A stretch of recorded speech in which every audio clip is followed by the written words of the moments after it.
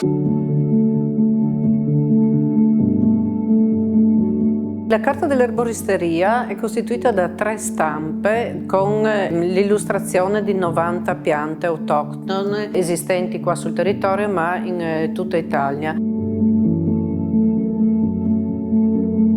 È stata ritrovata questa importante documentazione in soffitta nella sede legale dell'ERSA. È stata ritrovata da me mentre facevo tutt'altro lavoro, mi occupavo della revisione dell'inventario dell'ERSA e per attività di carattere amministrativo sono riuscita a realizzare un'attività in realtà di carattere divulgativo e anche culturale. È un motivo di grande soddisfazione per me ma anche per l'ERSA ed è la testimonianza della ricchezza del patrimonio culturale esistente in questo nostro ente. Con il ritrovamento della carta dell'erboristeria siamo andati alla ricerca del libro collegato, del libro associato a questo e grazie all'intervento del nostro bibliologo di fiducia Duilio Contin, che è il direttore della biblioteca Aboca di San Sepolcro, abbiamo scoperto l'esistenza della carta dell'erboristeria di Giuseppe Pozzo. Il documento risale, pensate, al 1931 e siamo riusciti a recuperare 2 dei testi originali.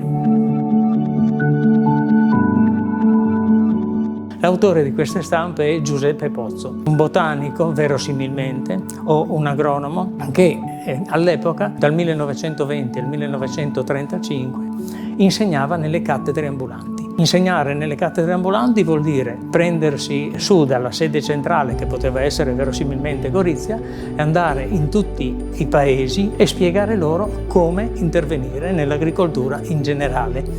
Questo trattato, la carta dell'erboristeria, è veramente interessante perché parla di piante un po' particolari, aromatiche, medicinali, estrattive e spontanee, coltivate in Friuli, nel Veneto e in altre regioni d'Italia. I supporti che aveva in questo momento a disposizione erano il testo integrativo e le 3 tavole giganti che abbiamo presentato oggi e suggeriva ai coltivatori come seminarli, raccoglierli e soprattutto venderli, perché alla fine c'era un suggerimento per il commercio di questi prodotti a livello europeo e qualcosa veniva venduto anche negli Stati Uniti.